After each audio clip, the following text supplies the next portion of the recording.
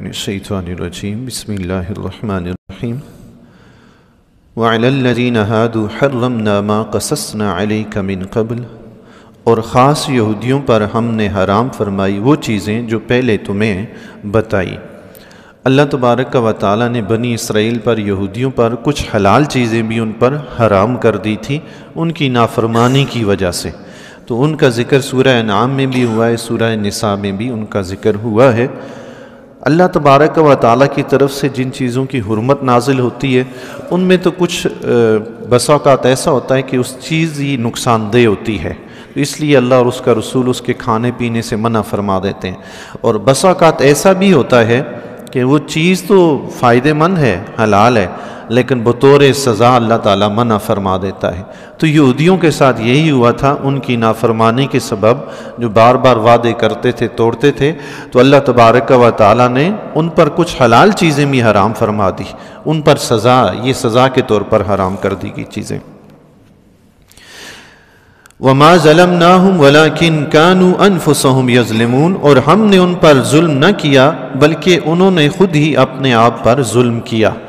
اللہ تبارک و تعالیٰ کبھی کسی پر ظلم نہیں فرماتا۔ یہ حلال چیزیں جو ان پر حرام ہوئی، ان کو جو سزا ملی، تو رب نے فرمایا یہ ان کے اپنے ظلم کی وجہ سے تھا، اپنے کرتوتوں کی وجہ سے تھا، تو وہ ظلم انہوں نے خود اپنے اوپر کیا۔ ایسے ہی سمجھ لیں جیسے چور چوری کرے تو پھر اس کو چوری کی سزا ملے، تو یہ سزا دینے والے نے تو اس پہ کوئی ظلم نہیں کیا، یہ تو خود اس نے اپنے اوپر ظلم کیا کہ چوری نہ کرتا تو سزا نہ ملتی۔ تو یہی حال ان بنی اسرائیل کا ہوا، یہ اللہ اور اس کے رسول کی معصیت نہ کرتے تو ان کو یہ سزا نہ ملتی۔ یوں ہی ہر گناہگار قیامت کے دن اللہ تعالیٰ ہر مسلمان کی بخشش و مغفرت فرمائے۔ جو جہنم میں جائے گا تو اس پر رب ظلم نہیں کرے گا، اس نے خود اپنے آپ کو جہنم کے لیے تیار کیا ہے۔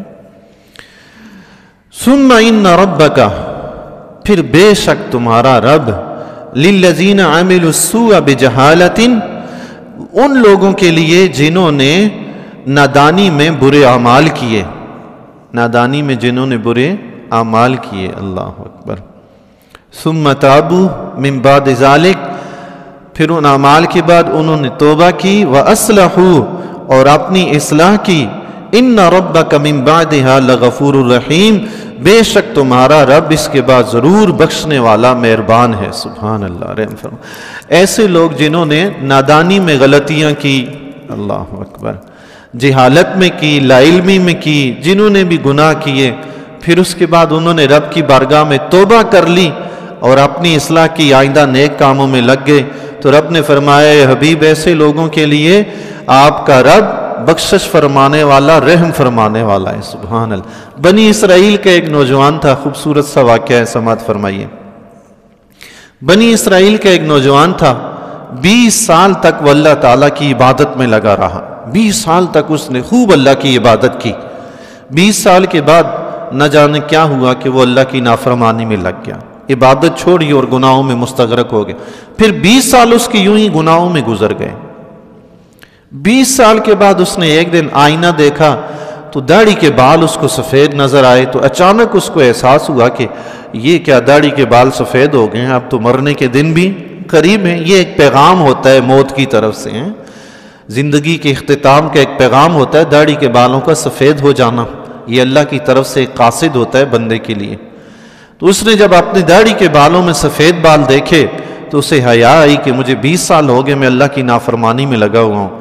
اٹھا، پھر اللہ کی بارگاہ میں حاضر ہوا، دعا کرنے لگا، یا اللہ میں نے 20 سال تیری عبادت کی اور پھر 20 سال میں نے تیری نافرمانی کی ہے، مگر اب پھر آ گیا ہوں، کیا تو مجھے قبول فرمائے گا؟ اللہ اکبر۔ اللہ کی بارگاہ میں عرض کی، اب پھر آ گیا ہوں، مولا قبول فرمائے گا؟ تو غیب سے آواز آئی، اے بندے جب تو نے ہم سے دوستی کی تو ہم نے بھی تجھ سے محبت کر لی تھی، تو ہمیں چھوڑ کے چلا گیا تو ہم نے بھی تمہیں چھوڑ دیا تھا، تو نافرمانی میں لگ گیا تو ہم نے تمہیں مہلت دی ہے، اب تو لوٹ آیا ہے تو ہم بھی تجھے قبول کر لیں گے۔ سبحان اللہ۔ آج آ گیا ہے تو آج پلٹ آ۔ سبحان اللہ۔ موسیٰ علیہ السلام نے ایک مرتبہ اللہ تبارک و تعالیٰ سے گفتگو کرنے کے لیے رب کی بارگاہ میں عرض کیا، یا ربی، تو رب کی طرف سے جواب آیا، لبیک یا موسیٰ، اے موسیٰ میں حاضر ہوں۔ سبحان اللہ۔ لبیک یا موسیٰ، اے موسیٰ میں حاضر ہوں۔ موسیٰ علیہ السلام نے عرض کی مولا تو میرا مالک ہے۔ تو رب کائنات نے فرمایا اے موسیٰ جب میرا بندہ مجھے لبیک کہتا ہے نا تو میں پسند کرتا، میرا بندہ جب مجھے یا رب کہتا ہے تو میں پسند کرتا ہوں میں اپنے بندے کو لبیک کہوں۔ اللہ اکبر۔ تو موسیٰ علیہ السلام نے عرض کی، یعنی مطلب کیا تھا موسیٰ علیہ السلام کے پوچھنے کا کہ مولا تو مالک ہے، یہ تو چھوٹوں کا کام ہوتا ہے کہ وہ بڑوں کے سامنے لبیک کہیں۔ جس طرح صحابہ کرام رضی اللہ تعالیٰ عنہم کو اگر حضور علیہ الصلوۃ والسلام یاد فرماتے تو صحابہ کرام جواب میں عرض کیا کرتے تھے لبیک یا رسول اللہ، اے اللہ کے پیارے رسول میں حاضر ہوں خدمت کے لیے، تو رب ہے مولا ہے، تجھے لبیک کہنے کی کیا ضرورت ہے؟ تو رب نے فرمایا موسیٰ میں پسند کرتا ہوں جو میرا بندہ یا رب کہے تو میں اسے لبیک کہوں، مجھے پسند ہے۔ اللہ، چھوٹا بڑے سے لبیک کہے تو یہ ادب و احترام ہوتا ہے، اور بڑا چھوٹے سے لبیک کہے تو یہ بڑے کی طرف سے شفقت اور مہربانی ہوتی ہے۔ تو یہ رب کی مہربانی اپنے بندے پر کہ وہ لبیک فرماتا ہے۔ تو موسیٰ علیہ السلام نے عرض کی مولا یہ نیکوکاروں کے لیے ہے یا گناہگاروں کے لیے بھی ہے؟ رب نے فرمایا موسیٰ نیکوکاروں کے لیے بھی گناہگاروں کے لیے بھی، سبحان اللہ، میں سب کو لبیک کہتا ہوں۔ اللہ اکبر۔ موسیٰ علیہ السلام نے عرض کی مولا نیکوکاروں کو تو لبیک ان کے نیک اعمال کے سبب کہا جاتا ہے، تو گناہگاروں کو مولا تو لبیک کیوں فرماتا ہے؟ یہ عزت شان ان کو کیوں دیتا ہے؟ تو رب کریم نے ارشاد فرمایا اے موسیٰ نیکوکاروں کو تو ان کے نیک اعمال کے سبب اور گناہگاروں کو ان کی برائی کی وجہ سے اگر میں ان پر یہ احسان نہ فرماؤں تو میرا جود و کرم کہاں جائے گا؟ سبحان اللہ۔ میرا کرم میرا فضل ہے کس کے لیے موسیٰ؟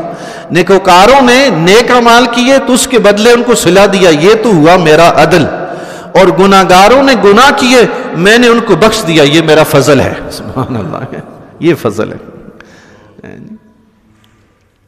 ام المومنین حضرت عائشہ صدیقہ رضی اللہ تعالیٰ عنہ حضور علیہ الصلوۃ والسلام سے ایک حدیث مبارکہ نقل فرماتی ہیں رسول اللہ صلی اللہ تعالیٰ علیہ وآلہ وسلم نے ارشاد فرمایا جب کوئی بندہ اللہ کو پکارتے ہوئے کہتا ہے یا رب اے میرے رب اے میرے رب، تو جواب میں رب کائنات فرماتا ہے لبیک عبدی سل توتا، اے میرے بندے میں حاضر ہوں، مانگ کیا مانگتا ہے، جو مانگے گا عطا کروں گا۔ سبحان اللہ، جو مانگے گا عطا کروں گا۔ سبحان اللہ۔